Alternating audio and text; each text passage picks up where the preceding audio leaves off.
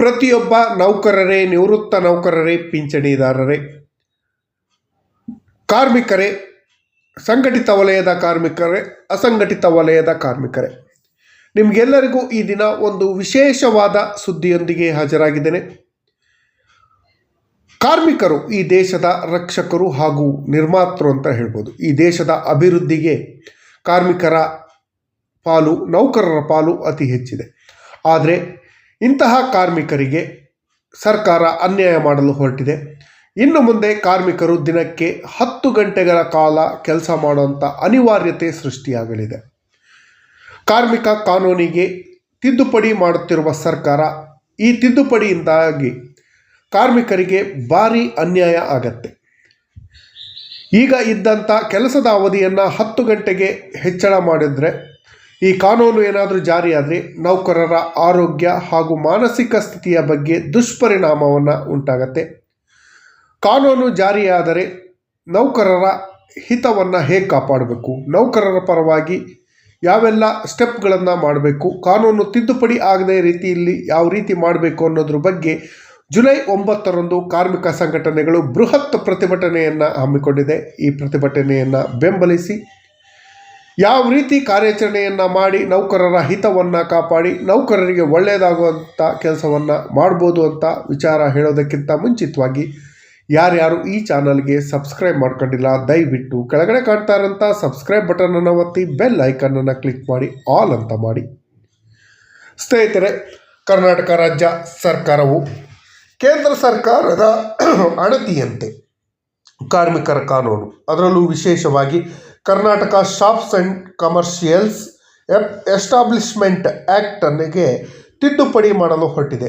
ಈ ತಿದ್ದುಪಡಿಯಿಂದಾಗಿ ನೌಕರರ ಕೆಲಸದ ಅವಧಿ ಹೆಚ್ಚಳ ಆಗತ್ತೆ. ಈಗ ಮಾಡ್ತಾ ಇದ್ದಂಥ ಕೆಲಸದ ಅವಧಿಗಿಂತ ಹೆಚ್ಚಳ ಆಗತ್ತೆ. ಈ OTಗಳು ಅಂತ ಏನಿದೆಯಲ್ಲ ಅದು ಕೂಡ ನಿಲ್ಲತ್ತೆ. ಇದರಿಂದ ನೌಕರರಿಗೆ ಭಾರಿ ಆರ್ಥಿಕ ನಷ್ಟ ಕೂಡ ಆಗತ್ತೆ. ಅದರ ಜೊತೆಯಲ್ಲಿ ಕೆಲಸದ ಅವಧಿ ಹೆಚ್ಚಳದಿಂದಾಗಿ ನೌಕರರ ಆರೋಗ್ಯದ ಮೇಲೆ ಕೂಡ ಪರಿಣಾಮ ಬೀರುತ್ತೆ. ಈ ಕಾನೂನು ಏನು, ಇದನ್ನು ತಡೆಯೋದಕ್ಕೆ ಏನೇನು ಕ್ರಮ ಕೈಗೊಳ್ಳಬೇಕು ಅನ್ನೋದ್ರ ಬಗ್ಗೆ ವಿವರವಾದ ಮಾಹಿತಿ ಇಲ್ಲಿದೆ. ಈ ನೌಕರರಿಗೆ 10 ಗಂಟೆಗಳ ಡ್ಯೂಟಿ, 12 ಗಂಟೆ ದುಡಿಮೆ ಅನಿವಾರ್ಯ. ಅಂಗಡಿ ವಾಣಿಜ್ಯ ಸಂಸ್ಥೆ ಕಾಯ್ದೆಗೆ ತಿದ್ದುಪಡಿಗೆ ಸರ್ಕಾರ ನಿರ್ಧಾರ. ಏನಿದು? ಇದರಿಂದ ನೌಕರರಿಗೆ, ಕಾರ್ಮಿಕರಿಗೆ ಆಗುವಂಥ ನಷ್ಟಗಳು ಏನು ಅನ್ನೋದು ನೋಡೋದಾದರೆ, ರಾಜ್ಯದಲ್ಲಿ ಕೆಲಸದ ಅವಧಿಯನ್ನು 1 ತಾಸು ಹೆಚ್ಚಳ ಬಹುತೇಕ ನಿಶ್ಚಿತವಾಗಿದೆ. ರಾಜ್ಯದ ಅಂಗಡಿ ಹಾಗೂ ವಾಣಿಜ್ಯ ಸಂಸ್ಥೆಗಳಲ್ಲಿ ಕೆಲಸ ಮಾಡುವಂಥ ಉದ್ಯೋಗಿಗಳ ಪರಿಸ್ಥಿತಿಯನ್ನು ನಿಯಂತ್ರಿಸಲು ಕರ್ನಾಟಕ ಅಂಗಡಿಗಳು ಹಾಗೂ ವಾಣಿಜ್ಯ ಸಂಸ್ಥೆಗಳ ಕಾಯ್ದೆ 1961ಕ್ಕೆ ತಿದ್ದುಪಡಿ ತರಲು ಸರ್ಕಾರ ಬಯಸಿದೆ. ಈ ನಿರ್ಧಾರಕ್ಕೆ ಸರ್ವಸಮ್ಮತ ಒಪ್ಪಿಗೆ ಸಿಕ್ಕಲ್ಲಿ Karnataka shops and commercial establishment act ಅಡಿಯಲ್ಲಿ ನೋಂದಾವಣೆ ಆಗಿರುವಂತಹ ನೌಕರರಿಗೆ ದಿನಕ್ಕೆ 1 ತಾಸು ಹೆಚ್ಚು ಕೆಲಸ ಮಾಡಬೇಕಾಗತ್ತೆ. ಇದರ ಜೊತೆಯಲ್ಲಿ ಕರ್ನಾಟಕ ಕಾರ್ಮಿಕರಿಗೆ ತೊಂದರೆ ಆಗತ್ತೆ ಹಾಗೂ ಕರ್ನಾಟಕ ಕಾರ್ಖಾನೆಗಳ ಕಾಯ್ದೆಗೆ ಕೂಡ ತಿದ್ದುಪಡಿ ತರಲು ನಿರ್ಧಾರವನ್ನು ಕೈಗೊಂಡಿದೆ. ಏನೆಲ್ಲ ಪರಿಷ್ಕರಣೆ ಆಗತ್ತೆ ಅಂತ ನೋಡೋದಾದರೆ, Karnataka shops and commercial establishment act 1961 section 7ಕ್ಕೆ ಪರಿಷ್ಕರಣೆ ಮಾಡಲು ಸರ್ಕಾರ ಬಯಸಿದೆ. ಪ್ರಸ್ತುತ ಈ ಕಾಯ್ದೆ ಅಡಿಯಲ್ಲಿ ಏನು ನೋಂದಾಯಿಸಿಕೊಂಡಿರುವಂಥ ಅಂಗಡಿಗಳು, ವಾಣಿಜ್ಯ ಸಂಸ್ಥೆಗಳು ಸಿಬ್ಬಂದಿಗಳಿಗೆ ದಿನವೊಂದಕ್ಕೆ 9 ತಾಸಿಗಿಂತ ಹೆಚ್ಚು ಕೆಲಸ ಮಾಡುವಂತಿಲ್ಲ. ವಾರದ ಲೆಕ್ಕಾಚಾರದಲ್ಲಾದರೆ 48 ಅವರ್ಸು ಇಂಥ ಜಾಸ್ತಿ ಡ್ಯೂಟಿ ಮಾಡಿಸೋ ಹಾಗಿಲ್ಲ ಅಂತ ಹೇಳಿ ಈ ಕಾನೂನಿನಲ್ಲಿ ಹೇಳಿತ್ತು.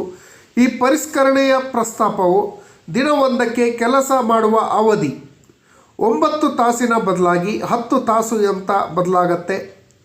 ಪ್ರಸ್ತುತ ಯಾವುದೇ ಒಂದು ದಿನದ OT ಅವಧಿ ಸೇರಿದಂತೆ 10 ಗಂಟೆ ದಾಟಬಾರದು ಅಂತಿತ್ತು. ಅದನ್ನು 11 ಗಂಟೆಗೆ ತಿದ್ದುಪಡಿ ಮಾಡುತ್ತೆ. OT ಇದ್ದರೆ 12 ಗಂಟೆ ಆಗತ್ತೆ. ಅದರ್ವೈಸು 10 ಅವರ್ಸು ಡ್ಯೂಟಿ ಮಾಡಲೇಬೇಕಾಗತ್ತೆ. ಈ ಕಾನೂನು ಜಾರಿಗೆ ಬಂದರೆ ಕಂಪನಿಗಳಲ್ಲಿ ಕಾರ್ಮಿಕರು ದುಡಿಯುವ ಅವಧಿ ಹೆಚ್ಚಳ ಆಗತ್ತೆ. ಆದರೆ ಅದನ್ನು ಇನ್ನೂ ಕಾರ್ಯರೂಪಕ್ಕೆ ತಂದಿಲ್ಲ, ಪ್ರಸ್ತಾವನೆ ಇದೆ. ಈ ಆಲೋಚನೆ ಏಕೆ? ಕೇಂದ್ರ ಸರ್ಕಾರ ಇದಕ್ಕೊಂದು ಬದಲಾವಣೆ ತರುವಂತೆ ರಾಜ್ಯಗಳಿಗೆ ಕೋರಿದೆ. ಆ ಪ್ರಕಾರ ಛತ್ತೀಸ್ಗಢ, ಗುಜರಾತ್,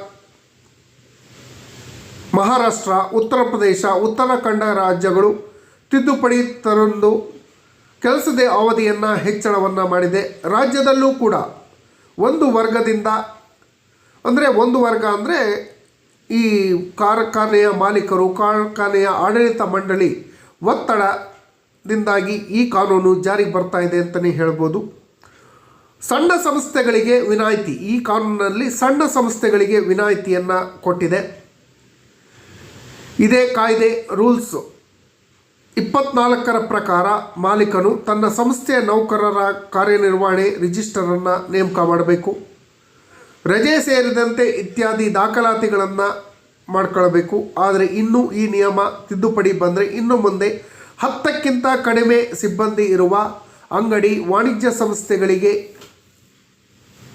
ದಾಖಲೆ ನಿರ್ವಹಿಸುವಂಥ ಅಗತ್ಯತೆಗಳು ಇರೋದಿಲ್ಲ. ಕೆಲಸದಿಂದ ತೆಗೆದುಹಾಕೋದು ಅಥವಾ ಕನಿಷ್ಠ ವೇತನದ ವಿಚಾರಕ್ಕೆ ವಿನಾಯಿತಿ ಅನ್ವಯ ಆಗೋದಿಲ್ಲ.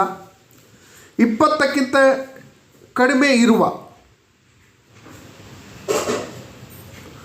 ಅಂಗಡಿ, ವಾಣಿಜ್ಯ ಸಂಸ್ಥೆಗಳು ದಾಖಲೆ ನಿರ್ವಹಣೆ ವಿನಾಯಿತಿ ಅವಕಾಶ ಕೊಡುವಂತೆ ಕೇಂದ್ರ ಸಲಹೆ ನೀಡಿತ್ತು. ಇದನ್ನು ತಮಿಳುನಾಡು, ಗುಜರಾತ್, ಛತ್ತೀಸ್ಗಢ, ಉತ್ತರಾಖಂಡ ಹಾಗೂ ಮಹಾರಾಷ್ಟ್ರದಲ್ಲಿ ಜಾರಿಯಾಗಿದೆ. ಆದರೆ ಈ ನಿಯಮ ಕರ್ನಾಟಕದಲ್ಲಿ ಜಾರಿಯಾಗಿಲ್ಲ. ಸರ್ಕಾರದ ಪ್ರಸ್ತಾಪದ ಬಗ್ಗೆ ಕಾರ್ಮಿಕ ಸಂಘಟನೆಗಳಲ್ಲಿ ಆತಂಕ ಇದೆ. ಇಷ್ಟು ದಿನ 10 ತಾಸು ಕೆಲಸ ಮಾಡಿದರೆ OT ಸೌಲಭ್ಯ ಸಿಗ್ತಿತ್ತು. ಕೆಲಸದ ಅವಧಿ ಹೆಚ್ಚಳ ಆಗೋದ್ರಿಂದ OT ಸೌಲಭ್ಯ ಕೈತಪ್ಪಲಿದೆ. OT ಭತ್ಯೆ ಕೂಡ ಸಿಗೋದಿಲ್ಲ. OT ಭತ್ಯೆ ಸಿಗಬೇಕು ಅಂದರೆ 12 ಗಂಟೆ ಕೆಲಸ ಮಾಡಬೇಕಾದಂಥ ಅನಿವಾರ್ಯತೆ ಇದೆ. ಇದು ಕೆಲಸ ಮಾಡುವ ವರ್ಗ, ಕೆಲಸ ಮಾಡಿಸ್ಕೊಳ್ಳೋಂಥ ವರ್ಗ ದುರುಪಯೋಗಪಡಿಸ್ಕೊಂಡು ಕಾರ್ಮಿಕರಿಗೆ ತುಂಬ ಅನ್ಯಾಯ ಆಗತ್ತೆ ಅಂತ ಹೇಳಿ ಕಾರ್ಮಿಕ ಸಂಘಟನೆಗಳು ತಮ್ಮ ಆತಂಕವನ್ನು ವ್ಯಕ್ತಪಡಿಸ್ತಾ ಇದೆ. ಪರಿಣಾಮ ಏನು? ಈ ಕಾನೂನಿನ ಬದಲಾವಣೆಯಿಂದ ಆಗುವಂಥ ಪರಿಣಾಮ ಏನು? ಪ್ರಸ್ತುತ ಇರುವಂಥ ಕಾರ್ಮಿಕ ಕಾಯ್ದೆಗೆ ಸ್ಪಂದಿಸದೇ ಹೋದರೆ ಹೂಡಿಕೆ ಕಷ್ಟ ಆಗತ್ತೆ ಅನ್ನೋ ಒಂದು ಪರಿಣಾಮ ಇದೆ. ಕೆಲಸದ ಅವಧಿ ಹೆಚ್ಚಳದಿಂದಾಗಿ ಆರ್ಥಿಕ ಚಟುವಟಿಕೆಗಳು ಹೆಚ್ಚಳ ಆಗಿ ಒಟ್ಟಾರೆ ಬೆಳವಣಿಗೆಗೆ ಅನುಕೂಲ ಆಗತ್ತೆ ಅಂತಾರೆ. ಆದರೆ ಕಾರ್ಮಿಕರಿಗೆ ಇದು ತೊಂದರೆ ಆಗತ್ತೆ.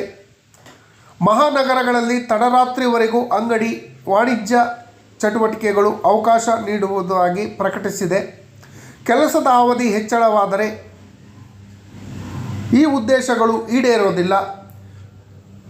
ಬೇರೆ ಬೇರೆ ಮುಂದುವರೆದ ದೇಶಗಳಲ್ಲೂ ಇಂತಹ ಬದಲಾವಣೆ ತರಲಾಗಿದೆ. ಅದರ ಸದುಪಯೋಗದ ಅವಶ್ಯಕತೆ ಇದೆ. ಆದರೆ ಕಾರ್ಮಿಕರಿಗೆ ಸಿಗಬೇಕಾದ ಸೌಲಭ್ಯಗಳು ಸಿಗ್ತಾ ಇಲ್ಲ. ಈಗ ಮಾಡ್ತಾ ಇರೋಂಥ ಕೆಲಸದ ಅವಧಿಯೇ ಹೆಚ್ಚಾಗಿದೆ. ಇದರಿಂದಾಗಿ ಕಾರ್ಮಿಕರ ಆರೋಗ್ಯದ ಮೇಲೆ ದುಷ್ಪರಿಣಾಮ ಉಂಟಾಗುವ ಸಾಧ್ಯತೆ ಇದೆ. ಹಾಗಾಗಿ ಸರ್ಕಾರ ಈ ಕಾನೂನಿಗೆ ಯಾವುದೇ ರೀತಿಯಲ್ಲಿ ತಿದ್ದುಪಡಿ ತರದೇ ಕಾರ್ಮಿಕರಿಗೆ ಹಳೆ ಕಾಯ್ದೆ ಯಾವ ರೀತಿ ಇತ್ತೋ ಅದೇ ರೀತಿ ಕಾಯ್ದೆಗಳನ್ನು ಇಡಬೇಕು. ಹಾಗೂ ಏನು ಈ ಕಾರ್ಮಿಕರಿಗೆ EPFO ಮಾದರಿಯಲ್ಲಿ ಪಿಂಚಣಿ ಸೌಲಭ್ಯ ಹಾಗೂ ಸಂಬಳ ಹಾಗೂ ಇತರೆ ಸೌಲಭ್ಯಗಳನ್ನು ಉಚಿತ ಆರೋಗ್ಯ ಸೌಲಭ್ಯಗಳನ್ನು ಕೊಡುವಂಥ ಕೆಲಸವನ್ನು ಮಾಡಬೇಕು. ಸರ್ಕಾರ ಏನು ಕೆಲಸದ ಅವಧಿಯನ್ನು ಹೆಚ್ಚಳ ಮಾಡೋಕ್ಕೆ ಹೊರಟಿದೆ, ಈ ತೀರ್ಮಾನದ ವಿರುದ್ಧ ಕಾರ್ಮಿಕ ಸಂಘಟನೆಗಳು ಮುಂದಿನ ತಿಂಗಳು ಜುಲೈ 9ರಂದು ಬೃಹತ್ ಪ್ರತಿಭಟನೆಯನ್ನು ಹಮ್ಮಿಕೊಂಡಿದೆ. ಈ ಪ್ರತಿಭಟನೆ ಮಾಡೋದಕ್ಕಿಂತ ಮುಂಚಿತವಾಗಿ ಸರ್ಕಾರ ಎಚ್ಚೆತ್ತುಕೊಂಡು ಈಗ ತರಲು ಹೊರಟಿರುವಂಥ ಕಾನೂನಿಗೆ ತಿದ್ದುಪಡಿಯನ್ನು ತಕ್ಷಣ ರದ್ದುಪಡಿಸಿ ಕಾರ್ಮಿಕರ ಹಿತವನ್ನು ಕಾಪಾಡುವಂಥ ಕೆಲಸವನ್ನು ದಯವಿಟ್ಟು ಮಾಡಬೇಕು ಅಂತ ಹೇಳಿ ಸರ್ಕಾರದಲ್ಲಿ ಮನವಿಯನ್ನು ಮಾಡ್ಕೊಳ್ತಾ ಇದ್ದೀನಿ. ಈ ಮಾಹಿತಿ ಪ್ರತಿಯೊಬ್ಬ ಕಾರ್ಮಿಕ ವರ್ಗದವರಿಗೂ ಶೇರ್ ಮಾಡಿ, ಎಲ್ಲರಿಗೂ ಉಪಯೋಗ ಆಗಲಿ. ಈ ಕಾರ್ಮಿಕ ಕಾಯ್ದೆಗೆ ತಿದ್ದುಪಡಿ ತರುವಂಥ ಹೋರಾಟಕ್ಕೆ ತಡೆಯುವಂಥ ಹೋರಾಟಕ್ಕೆ ನಿಮ್ಮೆಲ್ಲರ ಬೆಂಬಲದ ಅವಶ್ಯಕತೆ ಇದೆ. ದಯವಿಟ್ಟು ಈ ವಿಡಿಯೋನ ಪ್ರತಿಯೊಬ್ಬರಿಗೂ ಶೇರ್ ಮಾಡಿ, ನಿಮ್ಮ ಸ್ನೇಹಿತರು, ರಿಲೇಷನ್ನು ಎಲ್ಲರಿಗೂ ಶೇರ್ ಮಾಡಿ, ಹೆಚ್ಚು ಹೆಚ್ಚು ಪ್ರಚಾರ ಆಗಲಿ. ಈ ಮಾಹಿತಿ ತಮಗೆಲ್ಲರಿಗೂ ಇಷ್ಟ ಆಗಿದ್ದರೆ ದಯವಿಟ್ಟು ಈ ಚಾನಲ್ಗೆ ಸಬ್ಸ್ಕ್ರೈಬ್ ಮಾಡ್ಕೊಳ್ಳಿ. ಧನ್ಯವಾದಗಳು. ಜೈ ಹಿಂದ್, ಜೈ ಕರ್ನಾಟಕ.